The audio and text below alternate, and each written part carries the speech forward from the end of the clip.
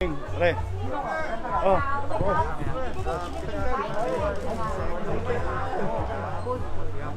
Tapos lahat ng PR, unang banggit daw sa kanila. Ano, even said, sabi ko, ako nga, wala. Sabi ko pa nga, ako nga, hindi ako Positive yung akin. sinabihan mo ako nung nandiyan na, ba't I don't care? As long as Mararamdaman mo yung agos ng hangin. Grabe. Yung ano, yung... Direct pag doon sa Makati, matay kayo ng baga, tubig. Patologist pa yun. Doktor na yun, ha? Direktor pa. Direktor pa. Wala talagang pinipili. Ano kasi yung tao ay makaba, malakas ang katawan. Yun talaga ang panglaban na ano yun. Kung ano kasi katawan mo, higil ka, hindi ka kaya ng progress. Hey, ma'am. Uy, boss! Congrats! Sir. Check. Sa Vega po. Ay, the po. Boss, palating na sa 22 yung another 500. Pasensya na talaga. Hindi, okay lang. Medyo, ma'am, Sabay siya. ma'am, congratulations ha sa lahat na ano. Oo. Malabas naman. Oo. Diba nakahangin ka rin? Kaya mo magsisabi daw pwede. Kita mo ha, narinig mo. Narinig ako. Pero kami lang tayo sa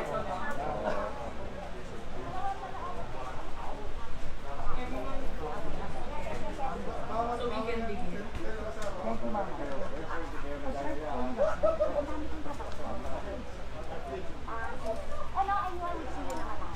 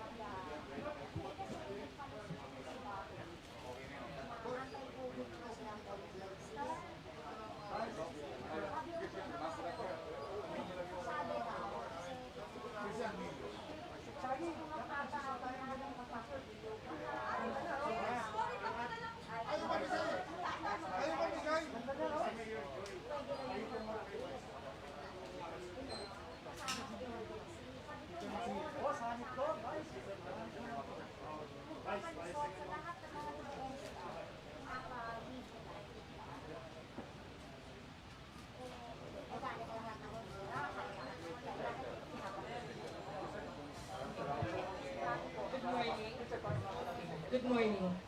Welcome to the inspection and groundbreaking of the Manila Mega Field Hospital at Burnham Green, Rizal Park. To start the program, may we call on Vice Mayor Nino for the invocation.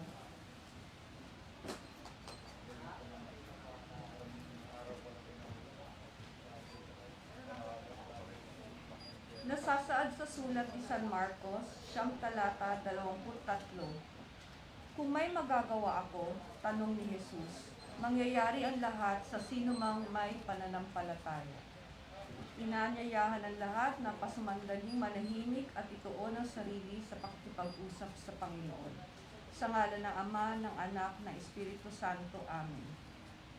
Ama naming banal, dakila at tunay na makapangyarihan.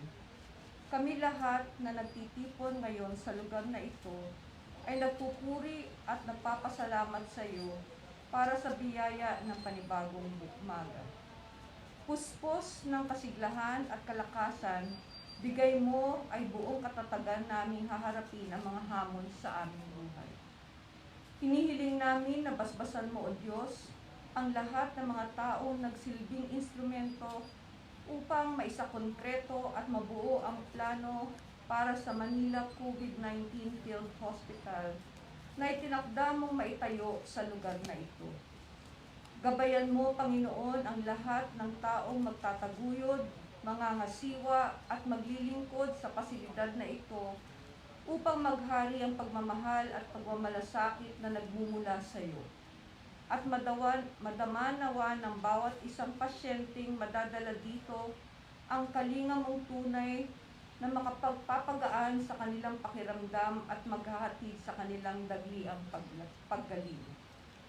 Nagsusumamo kami sa iyo na tuluyan ng wakasan ng COVID-19. Tumimo nawa sa isip ng bawat isa sa amin ang mga mahalagang aral na naidulot sa amin ng pandemya.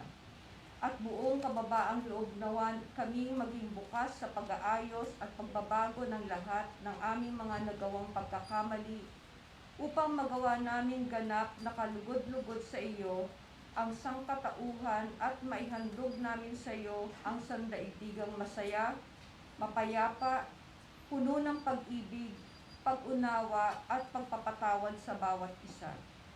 Ito ang aming samot dalangin o Panginoon, at ang lahat ng parangal at papuri ay itinataas namin sa iyo sa pamamagitan ng iyong bugtong na anak na si Jesus na nabubuhay at naghahari kasama mo at ng Espiritu Santo, Diyos magpakailanman. Amen. Sa ngalan ng Ama, ng Anak at ng Espiritu Santo. Amen. Please remain standing for the national anthem. Ayan pala eh. Mayor, nilagyan mo lang. Mga kababayan, ang pambansang awit ng Pilipinas.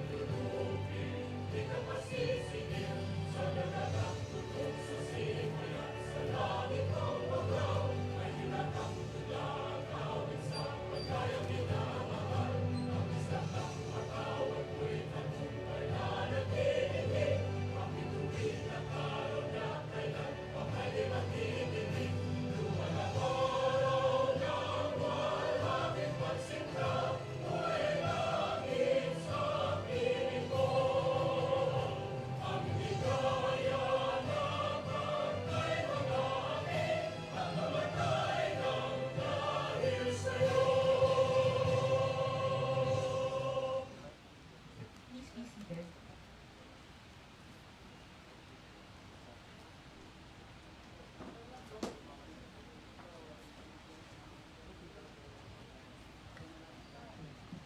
Welcome to the inspection and groundbreaking of the Manila Field Hospital here at Burnham Green, Rizal Park. We would like to acknowledge and introduce our guests.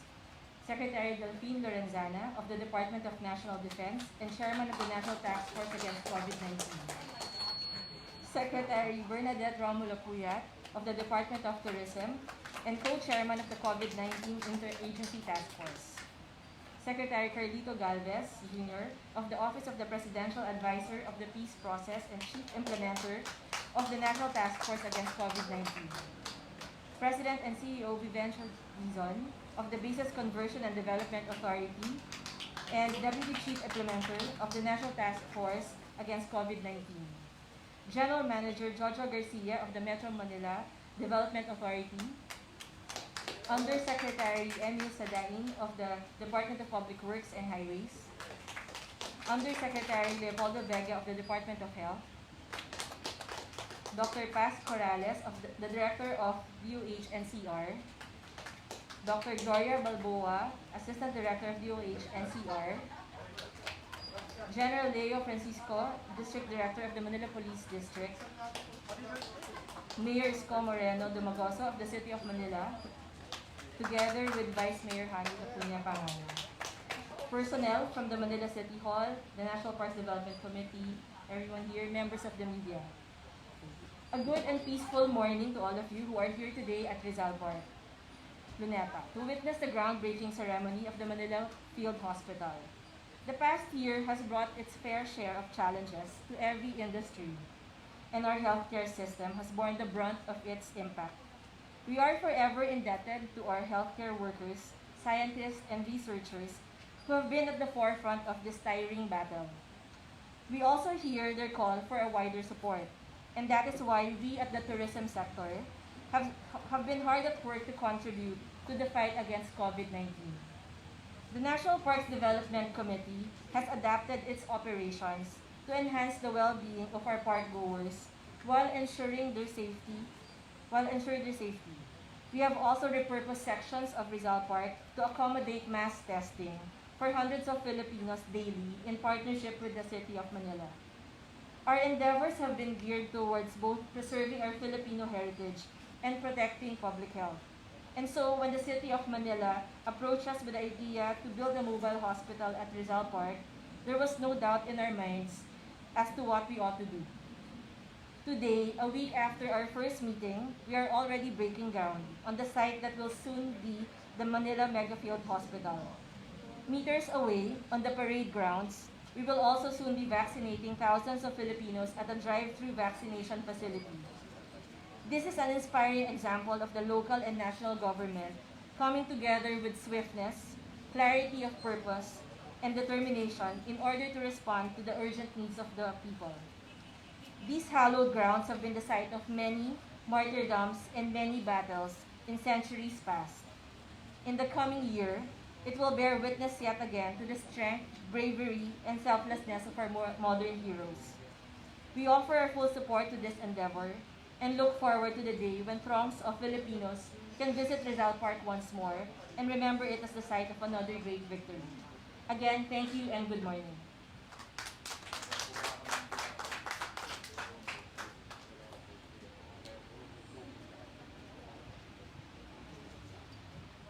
May we call on DOT Secretary Bernadette Romulo Punyat from her message to the National Park Development Committee.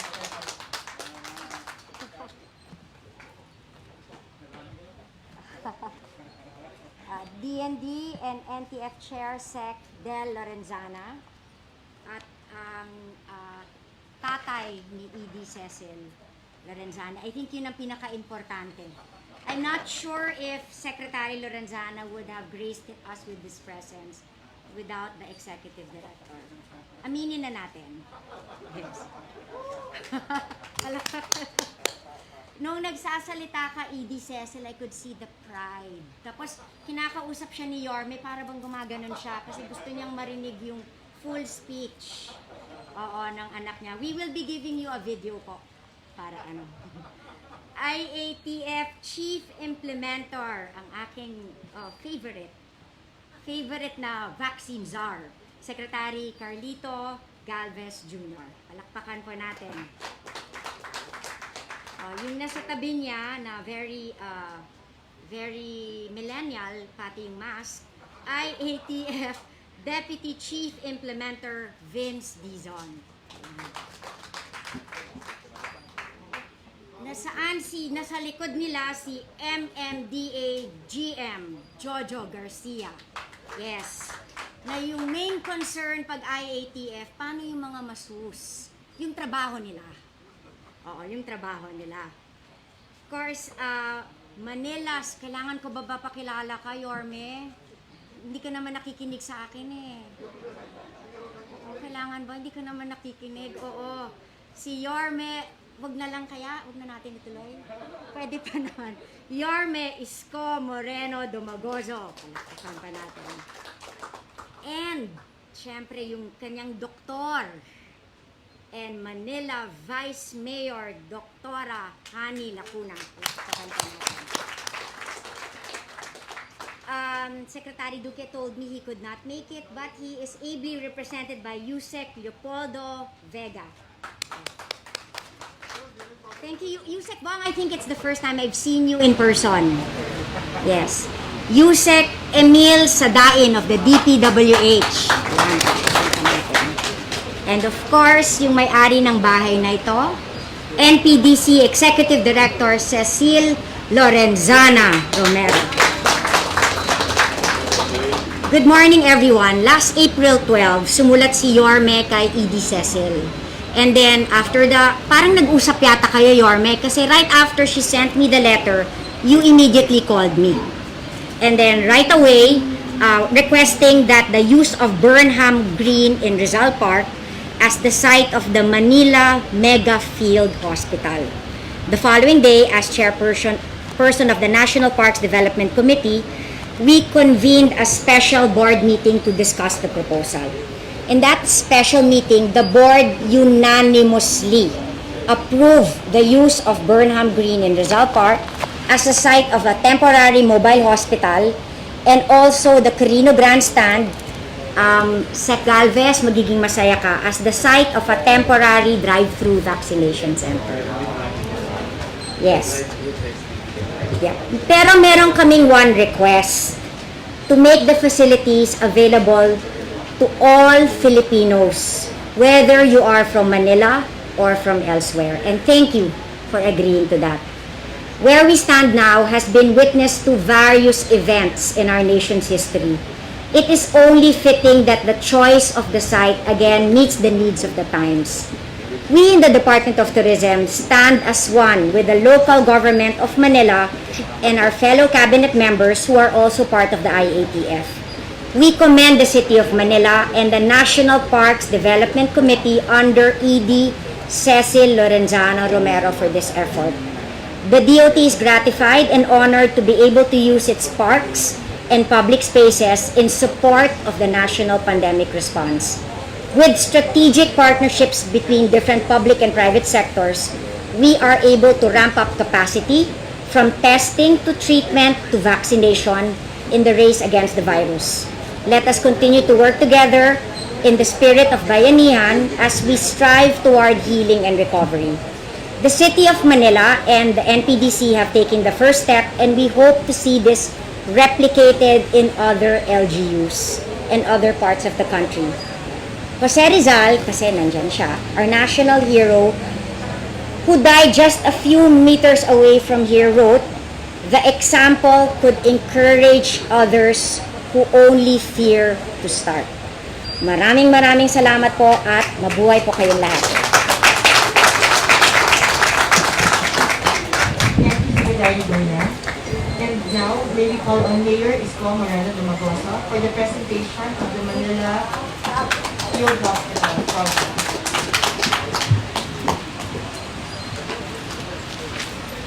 Thank you.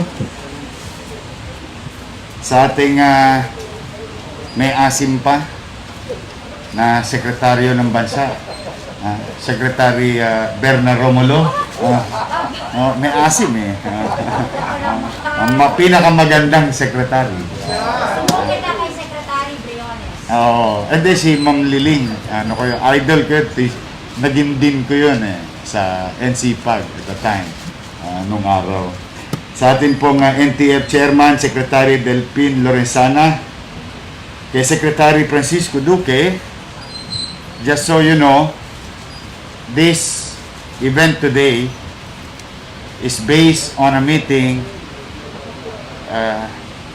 about 2 weeks ago, no? With the IATF, with the doctors at the time na nagmi-meeting, at sinabi ng Department of Health, palakasin natin yung severe and critical care sa ospital. Huwag lang natin palakasin, paramihin pa natin. No? Kaya bakit tayo nandito ngayon? And we have some way of how to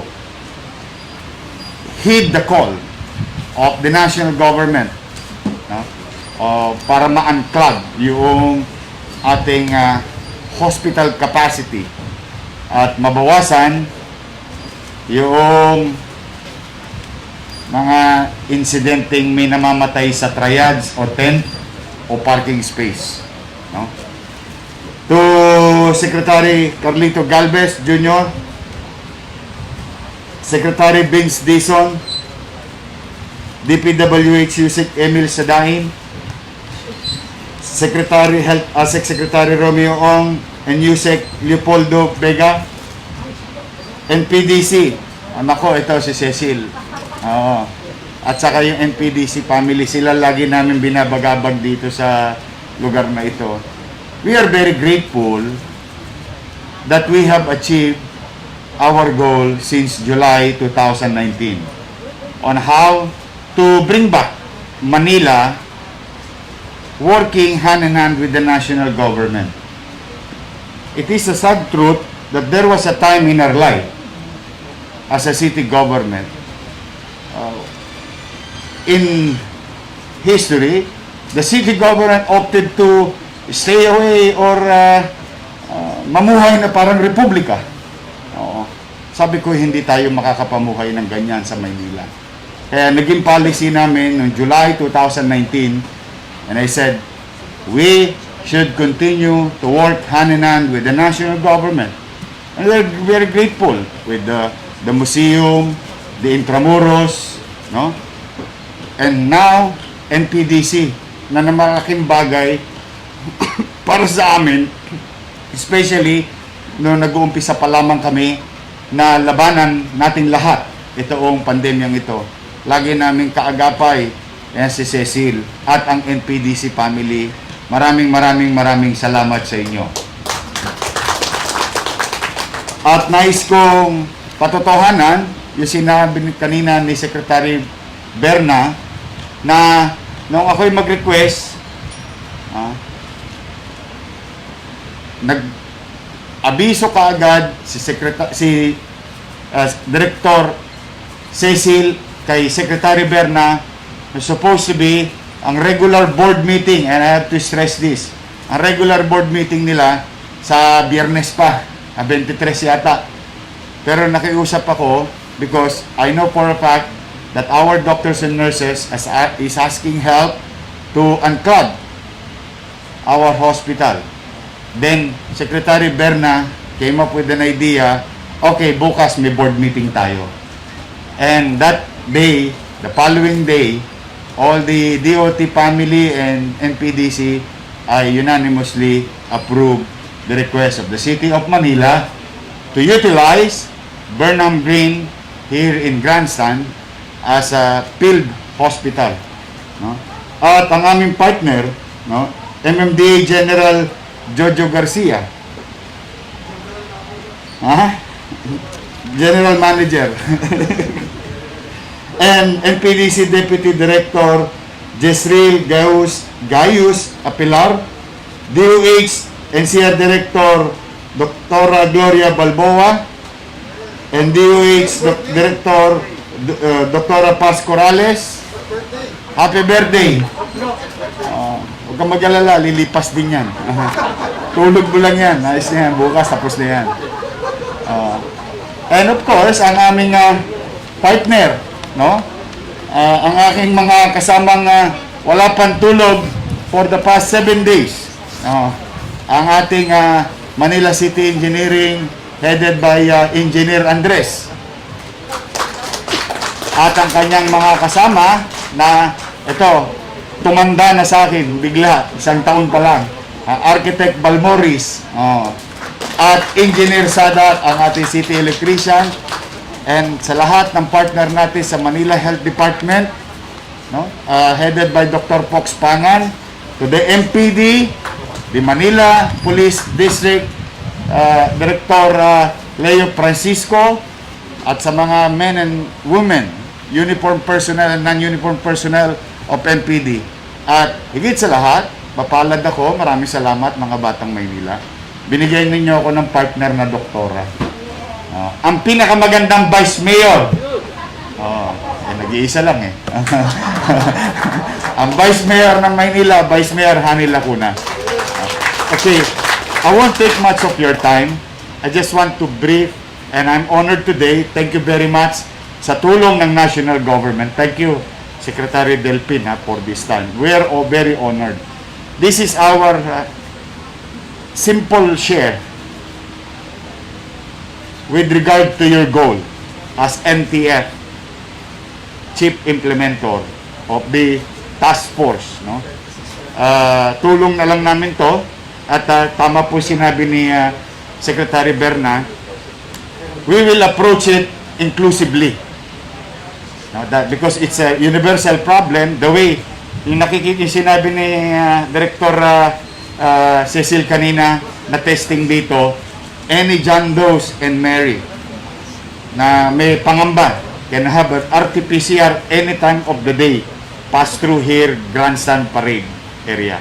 So thank you for your time. I'll just present you simple details of the plan. Nakakatakot kasi first time, ano lang namin kami dito, PLL, Partido Lakas Loob. Talagang lakasan lang ang loob because we cannot give up. Hindi tayo susuko.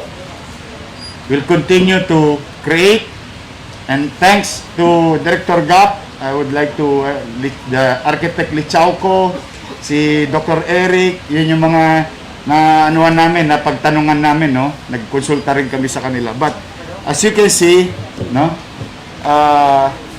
This is the perspective. Initially, makikita ninyo, this is a 4,402 is available square meter, usable square meter. That will compose of, that will 336 mild and moderate,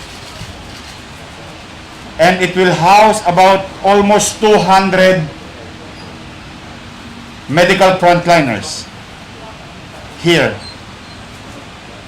And as you can see, there is enough space on the left side and sa right side. Ibig sabihin, no, in the near future,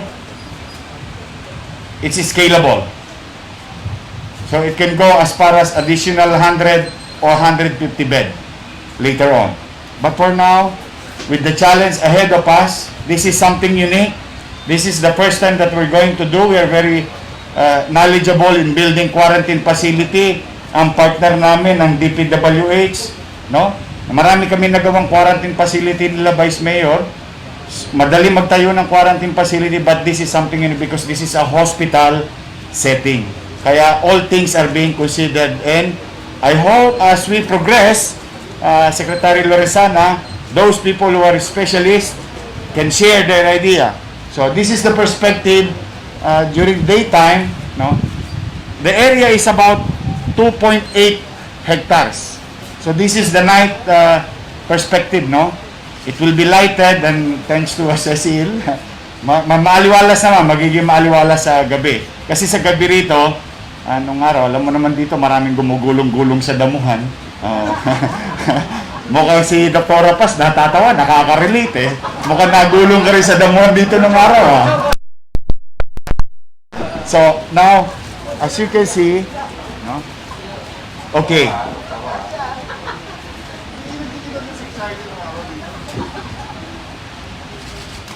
Yung gitna will be all our nurse station. As per advice of Architect Lichauco, the nurse station must have a visual of the patient, no? Across the ward. So, mahiwalay natin yung male ward at yung female ward.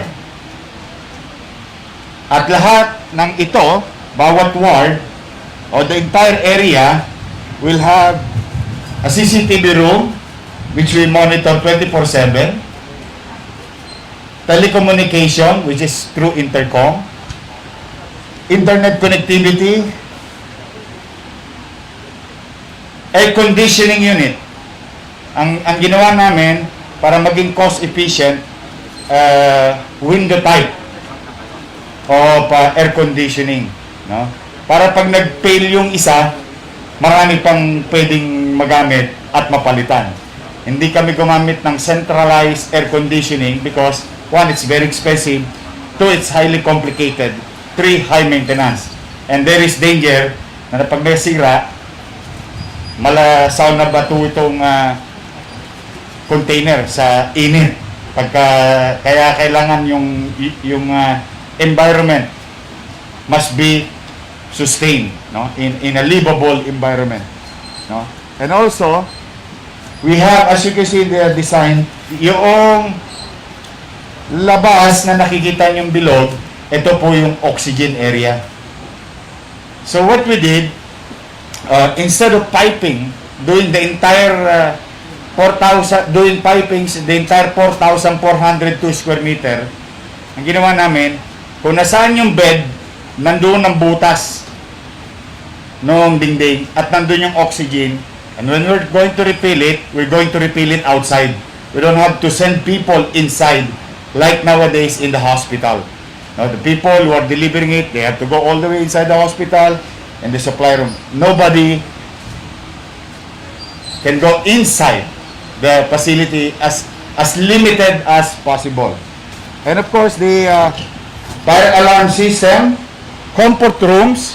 Ito pala, may istorya kami ng kaunti, base na rin sa mga napagtanong. Hiniwalay din namin yung banyo ng lalaki at paliguan ng lalaki. When we say hiniwalay, hindi separate room, literally separate wing.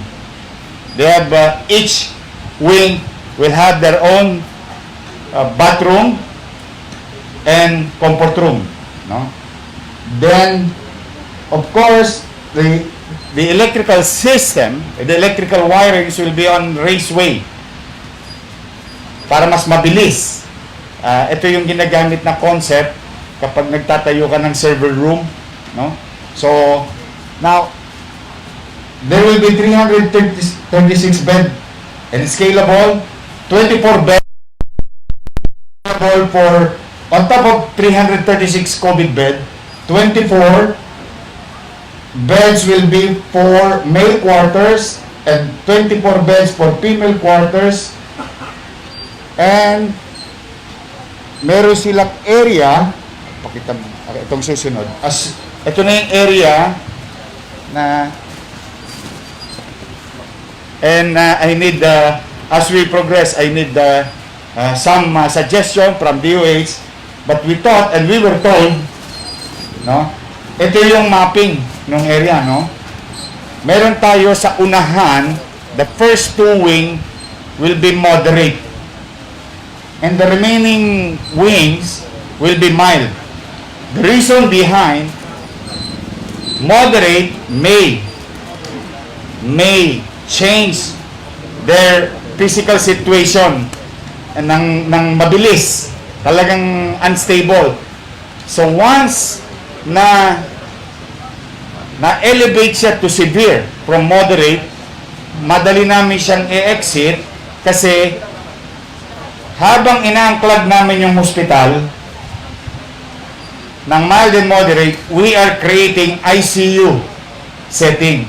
The City of Manila is going to build 60 ICU bed in our hospital to address severe and critical, because as per doctor's advice, kailangan nila ng mga mechanized or equipment, no?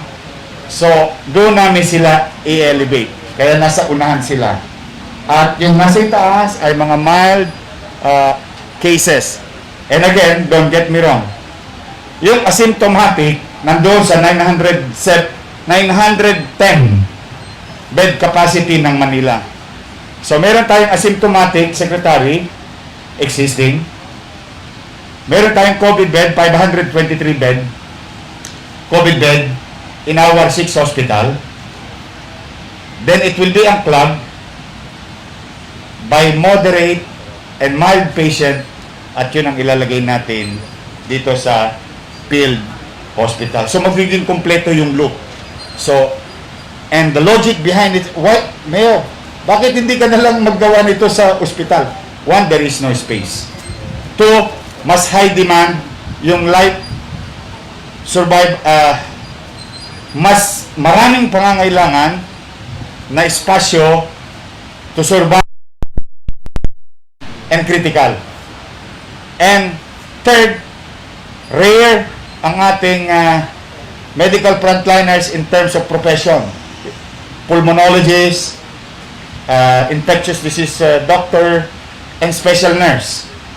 So ayaw na natin sila alisin sa hospital setting. But with mild and moderate, as per advice, it can be addressed by a regular doctor or physician and a regular nurse. So, ngayon, kumpleto na po yung loop, Secretary Loresana. So, next will be the approach. Walang tambay. As in, literally, darating ang ambulansya, hindi para i-test. He or she is confirmed case na mild. So, yung ambulansya, idudot-dot na lang diretso sa entrada. Kaya hindi namin nilagyan ng anumang structure dito because this is not a place for visitors. This is not a place to bring probable and suspected. This is a place for confirmed with mild situation and moderate. No? This is the CCTV area for security and 24/7 monitoring of patient, utilizing technology and maximizing resources, or which is in this case medical frontliners. Sa laki po nito, it will consume a lot of mileage or mileage, no? So para hindi mapagod, the patients are being monitored and they have, in case,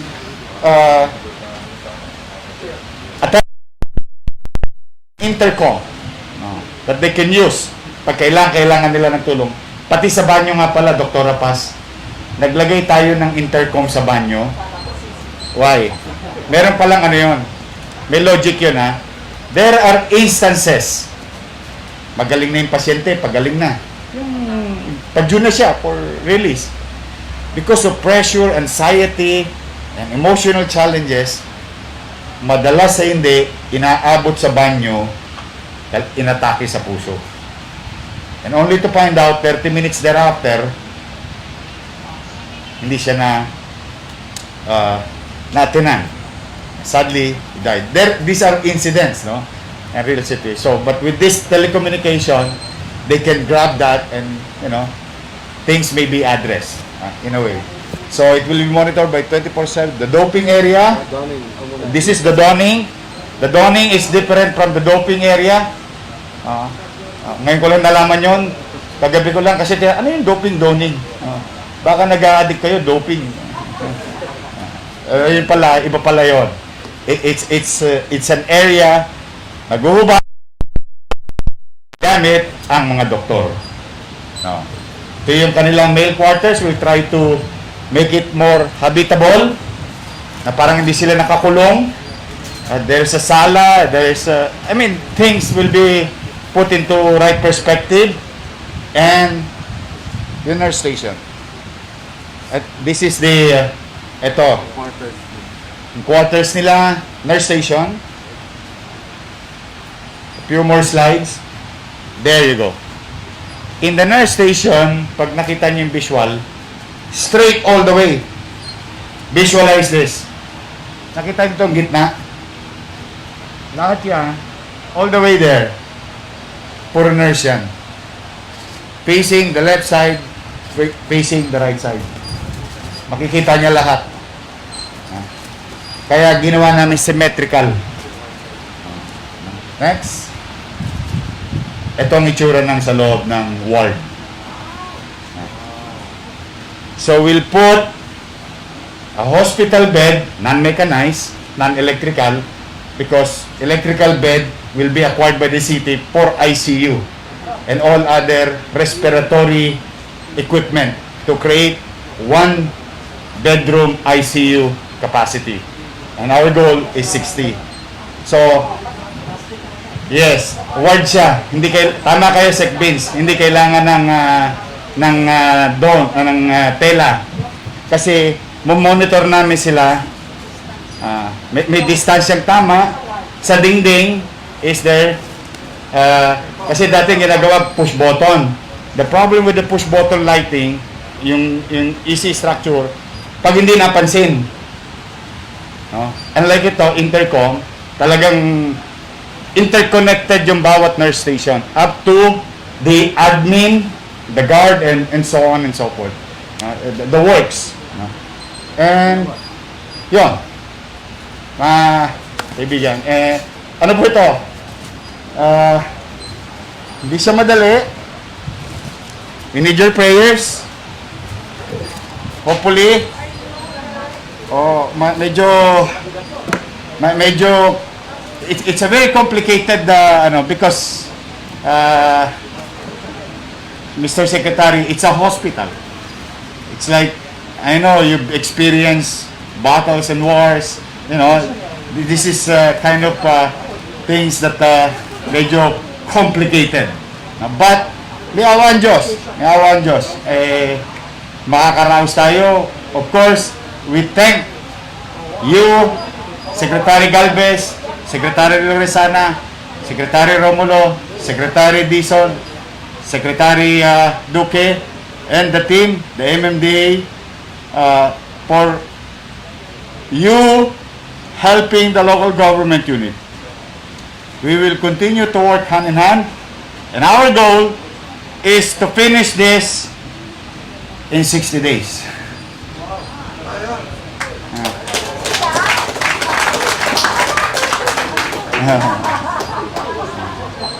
We'll try to finish this in 60 days so that we can prepare Metro Manila for the next 5 months in a bad situation or in a not so bad but not so good situation for the remainder of the years with regard to COVID bed availability for our mild and moderate, so that we can help the doctors and the nurses, the medical frontliners, na hindi sila yung COVID bed setting sa ospital. And we will try to equip them with proper equipment so that they can continue to serve with efficiency, but with the help of proper diagnostic machineries or equipment. And here, at least, we can help. May awa ang Diyos, sana marami tayong masurvive. And this also, yung mga hihingi sa amin, kung sakasakali meron pa kami, yung hihingi sa amin ng Remdesivir, you can access it here. Yung hihingi sa amin ng Tocilizumab. Welcome po kayo sa Manila. So then again, Mr. Secretaries, Honorable Secretaries, please extend our gratitude to the President by allowing us to utilize national government asset. And rest assured that you, IATF, and NTF, in our own little way, we will continue to synchronize our actions. We will continue to work hand in hand with you. I know it's challenging. There will be no perfect government. There will be no perfect plan in this type of situation. But rest assured to each and every one of you here, when we fail, babangon kami agad. We'll do it again. When we succeed, we guarantee you we'll innovate. We'll make it further and reach more if we succeed. We will be with you. Nobody will be left behind. We'll be there all the way. Kaagapay ninyo ang pamahalaang lungsod ng Maynila. Maraming salamat po. Manila. Thank you. Thank you, Mayor Isko. Can everyone please turn to the screen to watch a 2-minute video? 2-minute video of the Bohol Hospital.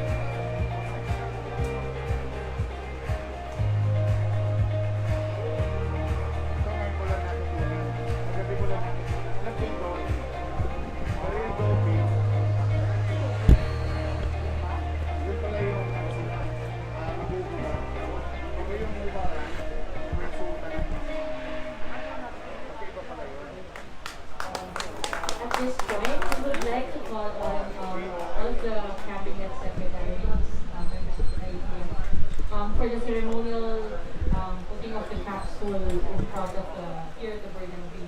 Will the press stay first at the portal area? We will move you forward as soon as we set up everything. You just stand by first, please. Just fix the area.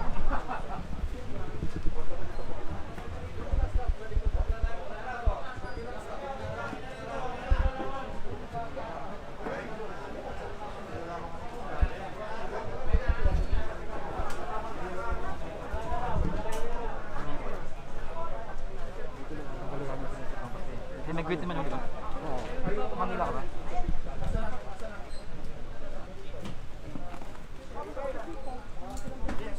Wala nang didikit na. Ah, yun na. May greet naman, oh. Kanina ang greet na yun.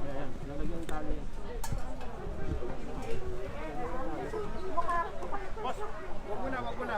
Tama na. Tama yun. Wag mo sa'yo.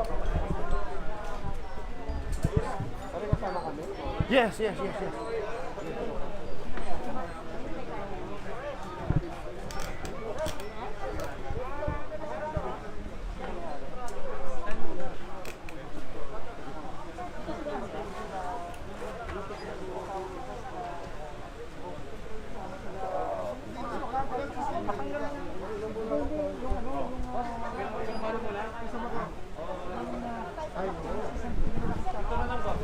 Ay, thank you. Okay na.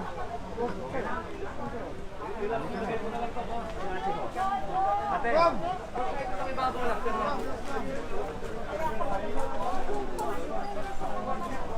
Si Vice.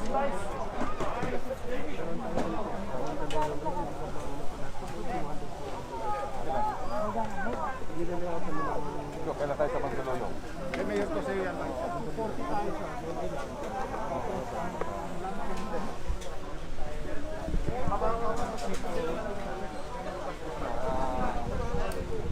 Papasok kayo lang. Hindi, papalapitin ko kayo. Papalapitin ko. Masyado malayo.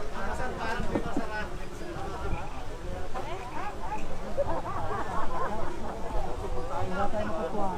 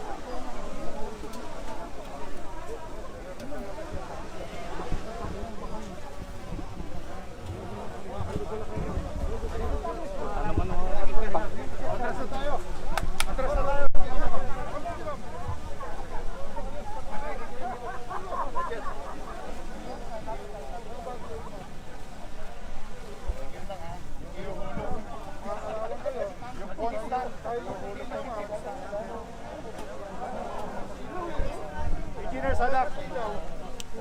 Ready mo yan, ha?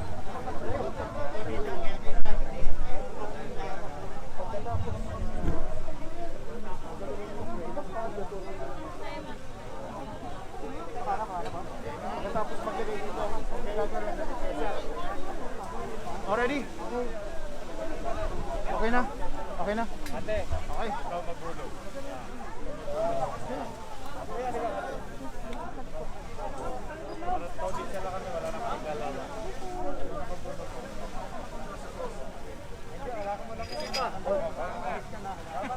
Silva, may gunto. May Silva. Kutsilyo.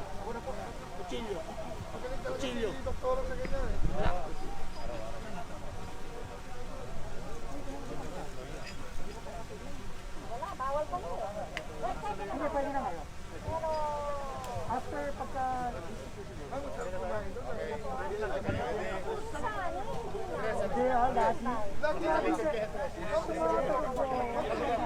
Ready? Okay.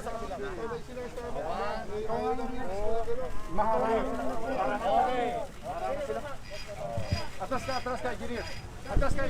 Engineer, atras. Okay.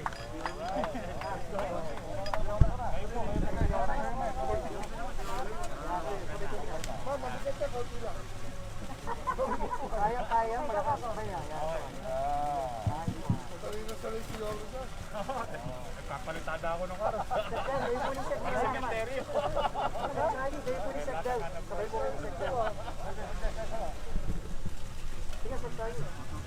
Okay, puno ka agad eh. Ba, naghalo ka talaga nga doon. Nagpasikat ko. Tayo naman, isip po. Sabay-sabay tayo. Sabay-sabay. Boss, sabay-sabay tayo. Maximum session. Papalikado mo para rin.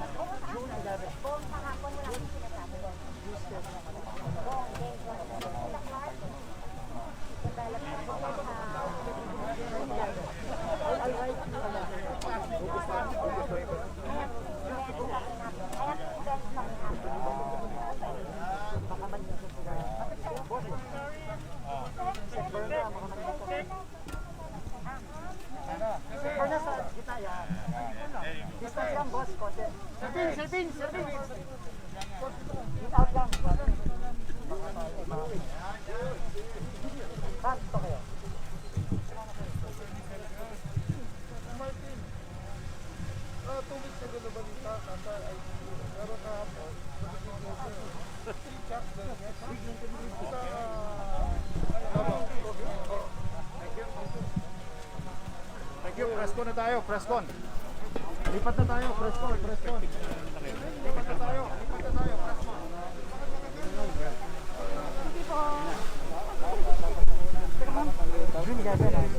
Confirm na siya. Dapat ang LP meron, dapat resiliency ng LP. Malaking challenge, pero Ganda nito. doable naman. Dapat malakas na yung ibang mga literally PL. Sabi ko ang boss kaya sa Queens sa Quezon City Seat yan. 50-50. Yung mga lupa naman eh. Yung hospital yan. Boss, dito rin yung quarantine facility yung sa PPA. May 200 bed side yan. Sa Pier 15. Dapat naman mo. Tapos ng pandemic year niyo, bigyan mo ako ng 10 niya lang. Oo. Ayun. Kasi wala rin mo kaming gagawin. Bilhin ko na lalapit sa patapos. Actually, yung set, pwede din sa literal na yun. Kasi i-enclose yung tapos, gaganon na lang ulit. Dito pwede ba lahat?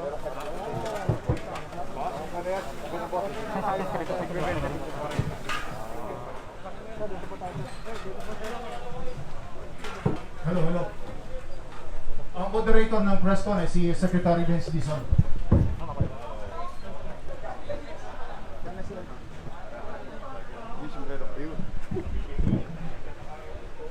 Thank you.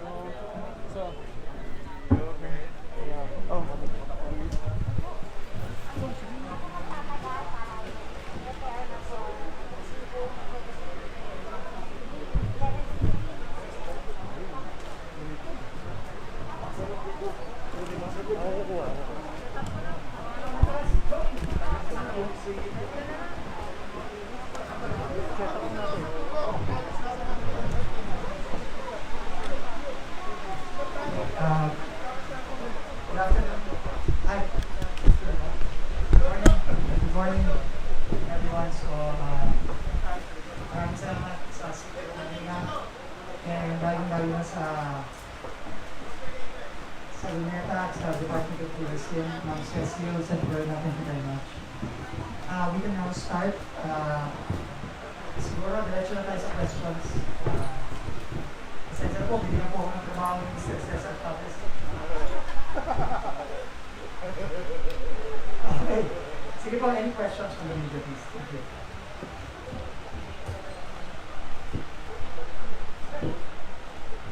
Yes.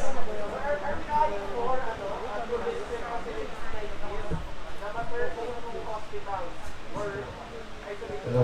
Siguro, Sec Berna can respond. Sec Berna question is, are we allowing more tourist areas such as Luneta to be used for isolation facilities? Well, under the Department of Tourism, yung Rizal Park, which is under the National Parks Development Corporation, at ang Nayong Filipino.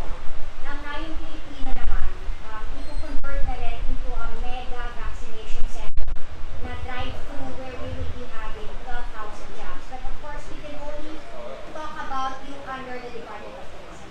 Thank you.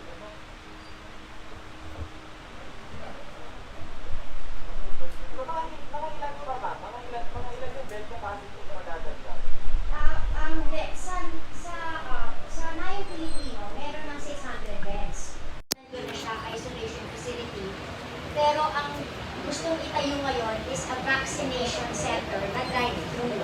Kasi once alam na ni Sec Charlie yan, when the supplies come, yung pag-uusapan is how fast you get jam. Thank you. Okay.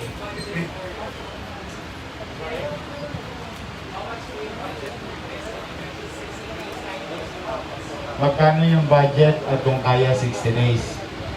Ang working budget namin as we progress, about 154 million city funds. Ito yung mga na-squeeze pa namin at na-divert namin to create this and to heed the call doon sa demand ng COVID bed.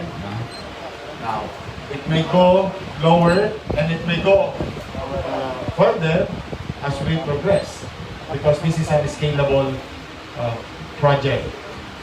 Second, ang goal ulit is 60 days. Hopefully, may awa ang Diyos. Wala sanang mangyaring indulto, aberya, o bata.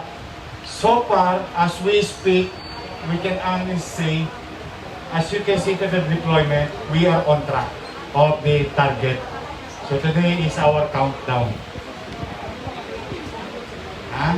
Ngayon, today is day 1. Today is the day 1 because officially with the presence of Secretary Lorenzana as the head of the NTF created by the President and all other secretaries here, this is the official countdown of our 60-day goal to address an incoming near future, hopefully not COVID-19 infection 5 months from now or maybe until December, hopefully. Okay. 336 beds, 4 mild and moderate. Yeah, we can, ang ano namin, parang kampanya ng DOT sa tourism. Welcome po kayo sa Manila. Well, why is it kahit sino? Kasi ang logic namin, kaysa maglakad sa kalsada, yung isang COVID patient at magbiyahe sa jeep, sasakay sa amin, pupunta sa amin, magtatrabaho sa amin. So kami, ang policy ng city, ever since we started fighting this pandemic, March 2020, the policy of the city, we have to approach this inclusively because it is a universal problem. So if we did it with other facilities that we did, and products like medicines, testing, and all other things done for free and for everyone, yes, this facility is available to everyone. When we say everyone, halimbawa, biglang napuno halimbawa lang, nakwentuhan lang, napuno si St. Luke's. St. Luke's may refer their mild and moderate patient here so that they can address severe and critical. Napuno si Jose Reyes, si San Lazaro, yan ang mga partner hospital namin. San Lazaro, Jose Reyes, Pabella, PGH, at saka Tondo Medical is our national government hospital. So, pwede sila mag-refer sa amin. The same manner in the southern part of Manila, in the Pasay, Parañaque area. So, para na sa ganun, wala nang linyada, wala nang teritoryo-teritoryo. Kasi wala naman talaga. Actually, hindi nyo alam kung sino may COVID sa inyo. I mean, we will never know. Nobody natin said wala akong COVID. Kasi gano'n na siya kakalat. So, kaya still, we will continue that. And I think the people of Manila understand that our resources is being extended to any person. Mayor, sa Philippines, sir, sa inyo po sa dalawa ni Secretary Gardes, sir, putok yung dito sa Maynila, yung very successful po yung yung vaccination. Every time na mayroong limitado lang. Pero ang volume ng tao talaga napakarami. Ano po yung naasahan po ng Maynila na sa susunod ng mga araw o linggo o buwan may darating sa karami? Yung vaccine supply po natin sa ngayon, meron pang 1 million at 1.5 million na darating ngayong April. 1 million sa Sinovac, another 500,000 sa Gamaleya.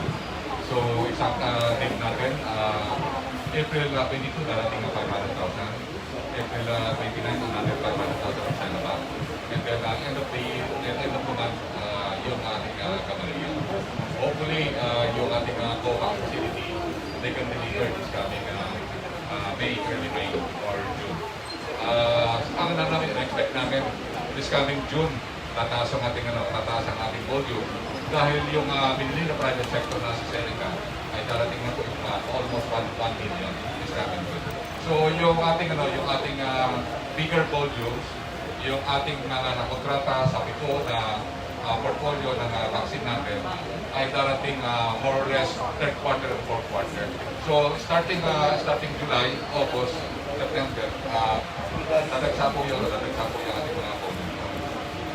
So, may ano pa naman Mayor, sa Manila po, paano po mangyayari yung club mo yung 6 district hospital? Dadali mo dito. Kompleto naman tayo sa quarantine. Ano po mangyayari doon sa 6 na hospital po? Okay.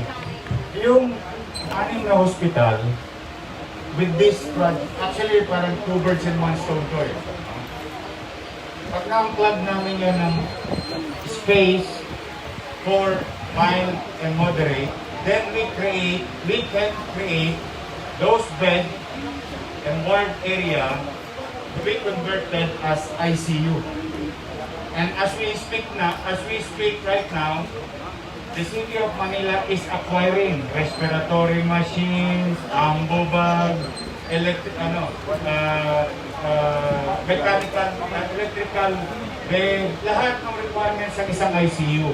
But don't think, basta heads up lang, hindi ito yung ICU yung nakikita nyo talagang well-defined.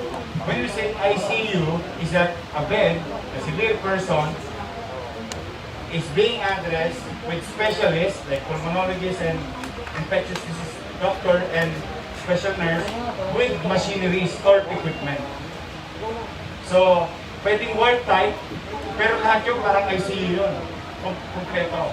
So para nasa ganoon, hindi na kami mag-build na second floor, third floor, fifth floor, which is will take years and years to build.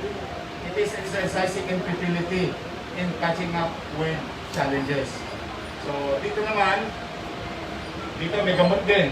Kasi may mga pagkakataon, even moderate needs remdesivir. May mga ganun, may gamit to, kompleto. Yes. Patanong lang ni Ian sa JB, Sir Galvez, may natitira na ba daw na AstraZeneca doon sa 525K na? Palagi namin napabigay na po yun sa first dose. Sa ngayon po, meron tayong mga supply pa na padating. But hopefully, it will come reported for day. Sorry, can we have pwede ba tayong questions for Sec Berna kung meron pa? Because she needs to go ahead. Kung wala na, okay na? For Sec Berna? No? Sorry, anyone? Okay na. Sige po. We want to thank Sec Berna. Thank you so much, ma'am. Thank you. Thank you to the Department of Tourism and the National Parks Development Board.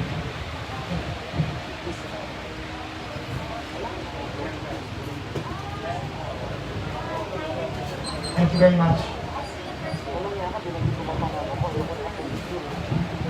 Okay, yes, questions. Yes, sir. Magandang umaga po. This is Margo from SMNI. Kamusta po yung recovery rate natin? Knowing po yung situation natin, medyo nagukulang yung ating mga experimental drugs for COVID-19. Sige po. Maybe we can ask Yusek Bong Vega, our treatment sir. Yusek Bong, please join us. Yusek Bong, kumusta daw po ang recovery rate natin? Given po na parang may shortage tayo for experimental drugs for COVID-19. Okay, siguro to take this into perspective, no? The present active and new cases that we have, almost 96% of our cases are actually mild and symptomatic. And most of them do recover. We only have about 1% moderate and severe. So the recovery is very good. It's almost 90%. Pero na-maintain po natin since then yung 90% recovery rate. Yes, right. Sir, Sir, are you in favor doon po sa mga yung mga DOH hospitals natin is makapag-provide na rin ng home care services po sa mga kahit sa mga severe conditions? Okay, on severe conditions kasi, you have to make sure that they are given the proper clinical management in terms of ICU, in terms of the settings that they would need. But if you talk of moderate to mild, pwede na yung home services. This is an innovation actually of the hospitals trying to make sure that they also can accommodate the number of patients that they have. But the main factor then is that there has to be a very good connectivity between the hospital and the patient. In other words, either virtually or the presence of the medical doctors who will be there to make sure that the patient is okay. So this kind of innovations wherein the hospitals do extend the services, the home care services, as long as these patients are well provided for in terms of the clinical management.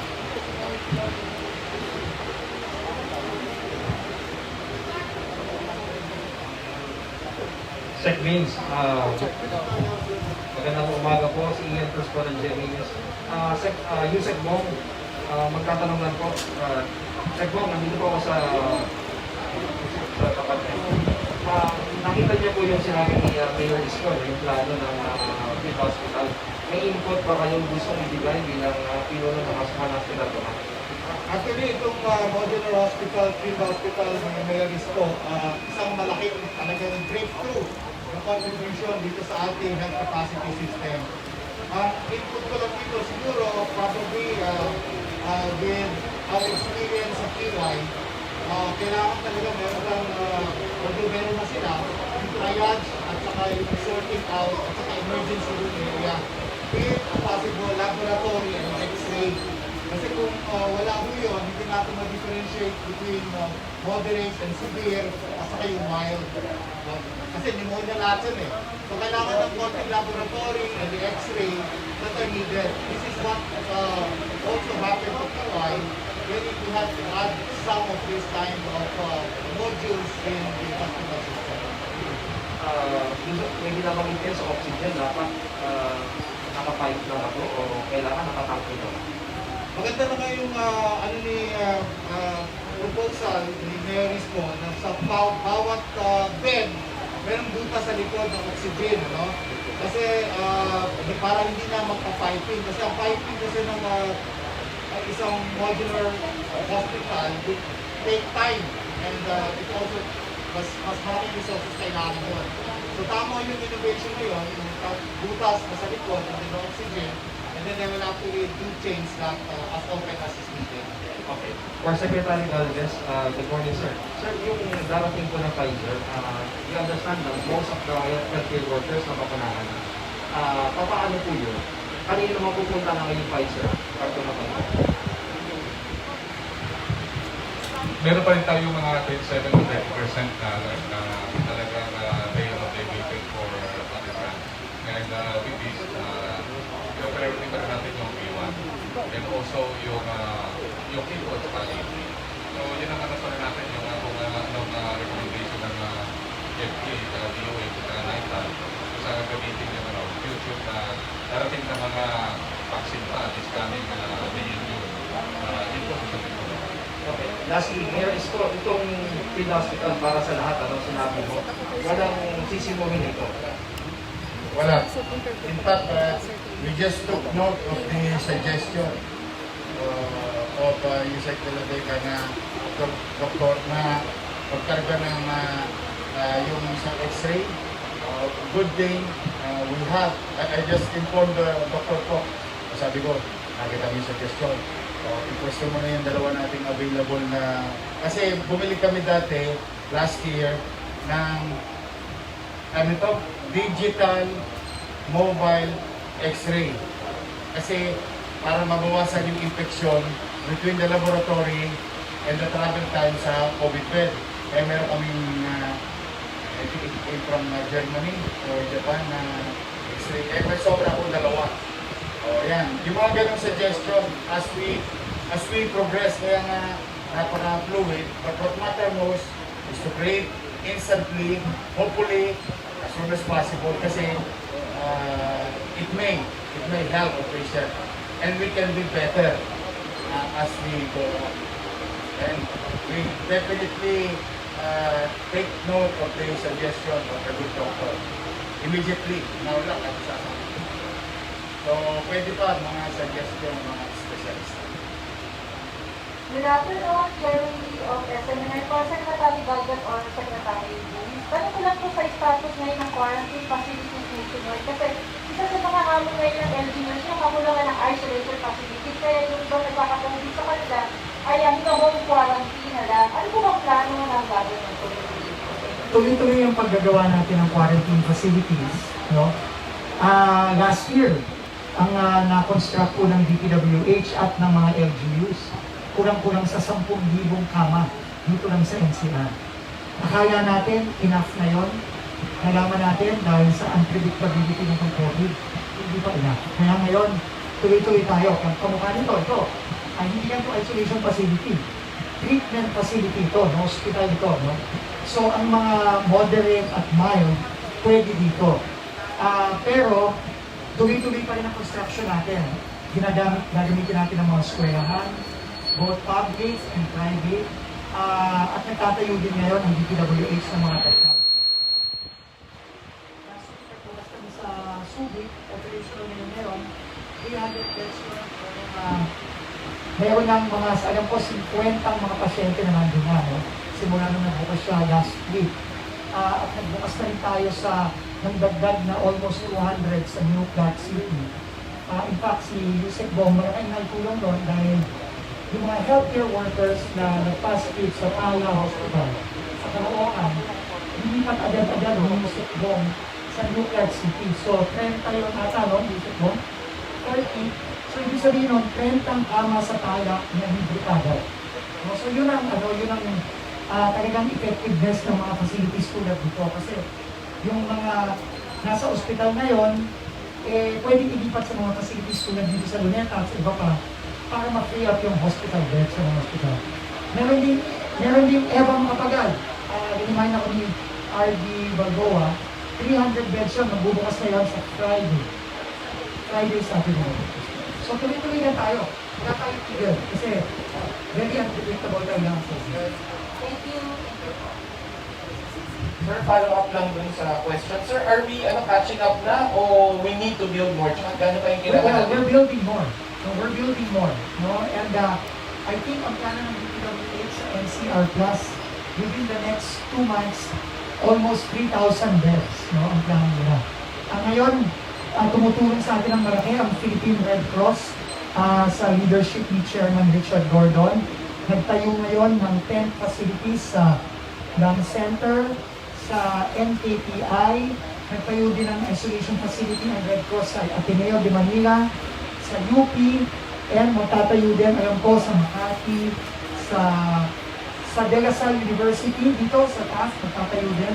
So tuloy-tuloy, sama-sama lang tayo. So LGUs, mga civic organizations, lalo ng Philippine Red Cross, and ang national government, sasama-sama tayo.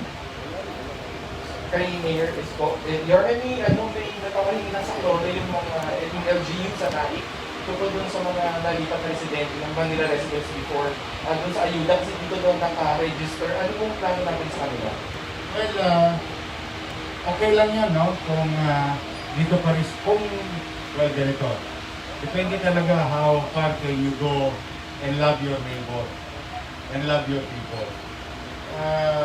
Dapat talaga ang attitude, butante, hindi butante, niyayakap mo. Because this is a pandemic situation. Kami dito sa Manila, kahit sino mabinbin, kung sino butante, hindi, niyayakap namin.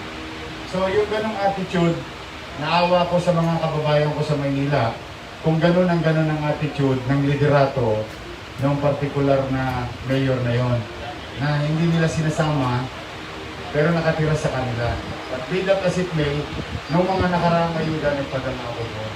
At kung may sosobra pa kami, no, kasi niyayakap din namin dito sa Manila kahit hindi ko active. And I hope they will do the same.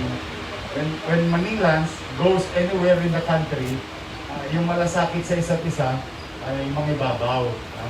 Huwag na yung yung kwentong, alam mo, style kasi ng trapong politiko yan eh. Yung botante, hindi botante. Sa totoo lang, every time na nakakarinig ako ng mga politiko na nagtatanong kung botante o hindi, ngayon sa panahon ng ngayon medyo para ako may cotton bud sa tenga. Kasi parang hindi maganda. Paano kung hindi nakaboto? Hindi na makakuha ng ayuda at all? Hindi naman yan ang layunin ng gobyerno. Ang layunin ng gobyerno, halimbawa, yung ayuda ng national government, ano sinabi? Apektado ka ba? Kung may nakalista rito, o bibigyan ka. Ganun ang sinabi ng gobyerno. Hindi ganun doon yung botante o hindi. But be that as it may, rest assured, kung ayaw yakapin yung mayor na yon, yung kanyang mga mamamayan, tutulong naman kami. Kasi madalas ko naririnig yan na kinukomplain nga yung mayor na yan. Ako, may payo naman ako. Total, doon na sila nakatira. O next time, magparehistro na sila. Doon sa barangay, sa bayan na yun. Hindi dahil para iboto yung loko-loko na yun. Kasi pangit talaga. Ako, derechahan Derechahan. Tao to may sikmura to Hindi ito dinidistinguish kung anong katatayuan niya sa mundo. Kakalam ang bitukan nito. Katulad ng pagkalam ng bitukan natin mamayang alas 12. Yun na yung akin. Real talk lang tayo. Pero sa tutulong pa rin tayo kahit paano? Tutulong ako. Hindi naman may kakaila dahil last year, padala pa ako doon ng kakap. Kasi padala pa ako ng kakap, yung city assistant fund, yung bibili ng cash. Kasi padala rin ako doon ng chicha. Last year, ng mga kasagsagan ng ayuda. Kaya lang, we have to be responsible official. Ayun na lang siguro. Responsible in such a way that we care for our people. Whether they're voters or not. As long as they are in our jurisdiction.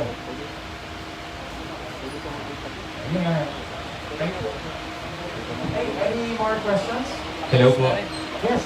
Mayor, magandang umaga po. To clarify lang po, apart from the 300 plus beds for mild to moderate, meron ding 60 ICU beds. Yun yung sabi ko sa inyo kanina, yung sinasabi ng DOH na mag-create ng ICU. In fairness, yun talaga ang goal, projection nila, no? So to create that, we have to unclog. Because the best place to create ICU is hospital setting. Kasi nandun na yung structure, equip po na lang. Tapos nandun din yung mga limited specialist. Na mga pulmonologist, infectious doctor, yung nurse na may special training for ICU, nandun na sila. So, with this, mayroong benepisyo pa itong isa. Yung, hopefully, may awan Diyos, 60 bed capacity ICU-like setting. Kasi, yun na lang masasabi ko, ICU-like. Kasi, hindi naman kami mag-create ng so much structure, but definitely, whatever equipment in a qualified setting ng isang COVID bed for ICU, pipilitin namin ma-reach. Kasi maliwanag yung sinabi sa amin ni Secretary Duque. Sec Duque, paano yan? Pag mag-apply kami ng ICU, baka hindi kami mag-qualify sa mga requirements. Kasi mayroon yan may standard. Sabi niya, no. We will disregard all of those things as long as you have enough equipment. Kasi it's the equipment that can save, can help a person. And Mayor, kamusta po yung sitwasyon doon sa ating 6 na city-run hospitals? Ako, Diyos ko, nasa 73% kami kahapon. Pero 4 na araw na kami ang projection pataas. 62, 65, 72, ngayon 73 kahapon. And these are ward. Mix ito ng mild, moderate, severe, and critical. So kaya kung minsan, makakarinig ka, pag critical, pansinin mo hindi natatanggap kasi walang space for him or her. Kaya ang sinasuggest lagi ng doktor, immediate transfer. kung saan merong available. But be that as it may, ang good news naman on the other side, 43% lang kami ng occupancy rate sa asymptomatic, which is nasa quarantine facility. So nasa 360 plus yung aming pasyente doon. Pero that is scary. That triggers a red flag. Kaya ito talaga pinamamadali namin na makaabot sa panahon, 5 months from now, baka mamaya, may iskinita, may hallway sa hospital, wala namang paglagyan. And that is unfair to any John Doe's and Mary. Kasi may namamatay na sa tent, may namamatay sa parking lot. And I think those kind of incident, pwede namang maiwasan. Yung, ang tawag namin merong ample care, merong proper care. Yun yung dalawa na sinaseparate. Thank you, Mayor. Sir Vince, ask ko lang po, are we eyeing more field hospitals like this here in Manila? Yes. I have Yusek Bong talk more about that, but the answer is yes. Maraming mga gagawin ang DPWH and DOH. I'll ask Yusek Bong to maybe give the specifics. Thank you. Second, to answer your query, kasi ang kailangan natin talaga ngayon, in terms of research, the number of new cases, kailangan talaga It's okay? Yeah. Kailangan talaga palawakin ang health system capacity. So, through the DPWH, sa Department of Health, since last year, nag-start na kami ng field modular hospital. Ito yung nasa QY ngayon, 110. But in the process is another 110 right now in Long Center. That's under Boracay area. That's 110 modular hospital. And then we will set up another 220 modular field hospital in National Mental Institution in Manila Bay. And that's roughly about for the next 45 days, makaabot na tayo ng mga 320 plus of beds. And plus the project of Mayor Isko, that's around 336, meron tayo more than 500 beds within the next 45 days. 60 days. So, ganun lang projection naman in terms of increasing the capacity. Because there's no other way that we have to do this, but really improving infrastructure. Last na lang, Yusek Bong. May daw pong DOH, nagbigay po ng notice sa mga ospital na hindi po nag-i-increase ng capacity? Ang increase ng capacity kasi sa hospital, very dependent on first the human resource, healthcare workers. So most of the hospitals that have been committed to increase the allocation of them, the last Department of Health to support them in terms of equipment and hiring of new personnel. Because it's not easy to extend the number of ICUs and even the isolation rooms if we have already a gap in terms of the nurse and the patient ratio. So kailangan natin abutin yung need na yun, and we're supporting them in terms of deployment and recruitment of the different hospitals for them to come up with a certain allocation. Ito yun. Once they have it, gradually they are committed to treat as much as 1,000 isolation beds and 100 of 127 of ICU. Okay, last question. Last question. Pahabol na po ito kay Isa Amindan, hindi sila magbi. Tumakos sa sulod. May isa bang bilang ng maipideploy ng luwag kay kapag nagawa na akong Medical frontliners? Opo. Sa mayroon, alam mo, I think it's being reported every day. This week alone, last week, 45 ang newly hired namin. 5 doctors, 18 nurse, admin, hospital admin, aid. A week before that, 13. A week before that, 10.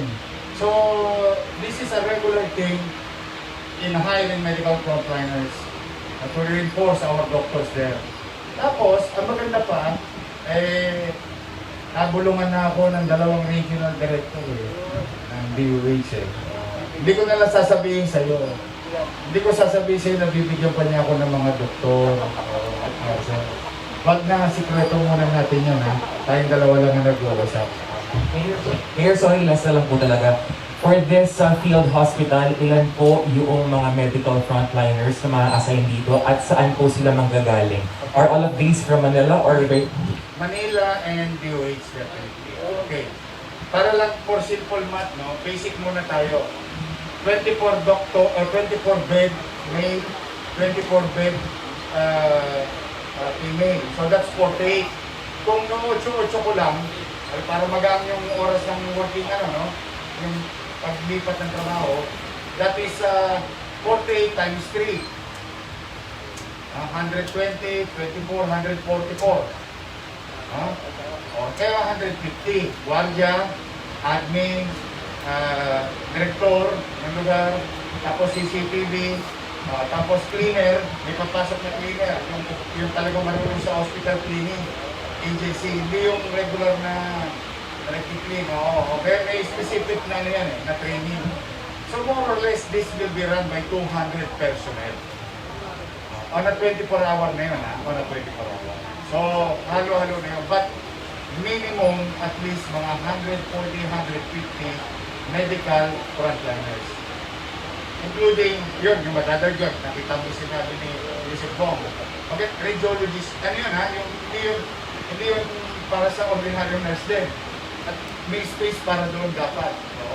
Yun yung mga magde-develop yan as we progress. Kaya yung sino ba nagtanong ng ito pala, may budget. Merong construction budget, pero iba pa yung equipment budget natin. Ano to, may progression. That's sustenance. Can we sustain this? So yun, may progress po. Thank you very much. Last na lang, mag-a-announce lang si Seth Charlie ng latest vaccination numbers natin today. Thank you. Sa ngayon po, meron po tayong total na 1,507,547 na vaccine na na-administer na po. At meron po tayong total na 1,306,026 na individual sa first dose. At sa second dose, meron po tayong 201,521. Para sa ating mga healthcare workers, meron na po tayong 972,570 na healthcare workers na nakaunahan na po. At meron din po tayong 201,521 health worker workers na nakaunahan po ng second dose.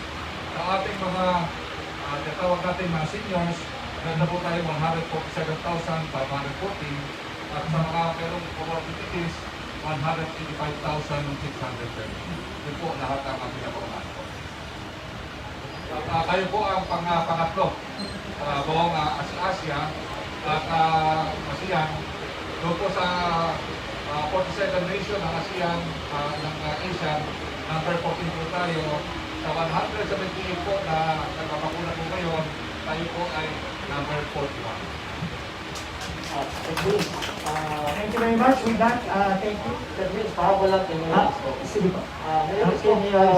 Last question. Mabilis daw magbakuna ang Manila. Ano po ang sikreto niyo? Mabilis ang bakuna sa Manila. Kasi hindi nga kami nagtatanong kung sino botante, sino hindi. Hindi talaga. Let's be honest to ourselves. This is a universal problem. If we can, di ba ba? Ito o let's just say, ito, mga taga-NPDC. National government. Most of them are non-Manilans. But they stay minimum of 8 hours in Manila a day. So it's either we bring them virus or they bring us virus. Ano yan, two-way yan. Kaya ginagawa namin, halimbawa, Juan de la Cruz, 8 ka ba? Pedro, 8 ka ba? So we don't look at you as national government or local government or your profession. We look at you on the basis of the priority list. A1.1, A1.7, if you fall under that, the direction of Secretary Calves, bakunahan mo. Pag you're A2 ka, bakunahan mo. O A3 ka, bakunahan mo. Ngayon ang isang namin, salamat sa Diyos at nagliliwanagan yung mga kababayan namin sa Manila. Second, we've been preparing since December 31, 2020 with our pre-registration. And if you can see our pre-registration, wala kami masyadong tinanong except yung minimum requirements ng DOH, mga sakit. Pag kiniklik ng tao yon, alam kagad namin, basic na, may customer kagad kami. Alam namin kung sino kagad ang A3. So ipatatawag siya, kung may presenta lang siya ng proper documents to prove. So that's 2. Tapos, salamat, nagkaroon ng magandang epekto noong January 7, basta almost first week ng January, the City of Manila, through the leadership of Dr. Fox Paman and Vice Mayor Hani, ano kami, yung simulation, nag-simulation kami ng konti, nag-simulation kami ng malaki, walang media.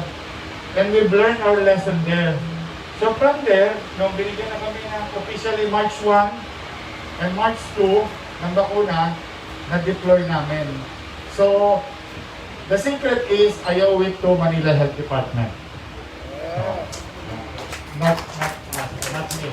Basta ang approach lang, lahat kayo nandito, if you are qualified under the priority list, magpaturo kayo sa Manila. Okay. By the way, remind natin ang ating mga media, officially lumabas na ang listahan ng A4 at kasama po ang frontliners natin sa nursing. So once na mag-start po ang A4, at sabi naman ni Secretary Galvez na once dumating na yung bulk ng mga bakuna natin ngayong second quarter, magsisimula na tayo sa A4 as soon as we can pag supply na tayo. At kasama po ang media doon. Okay, standing offer ang Manila para sa inyo. Maraming salamat. Thank you very much. Thank you, City of Manila.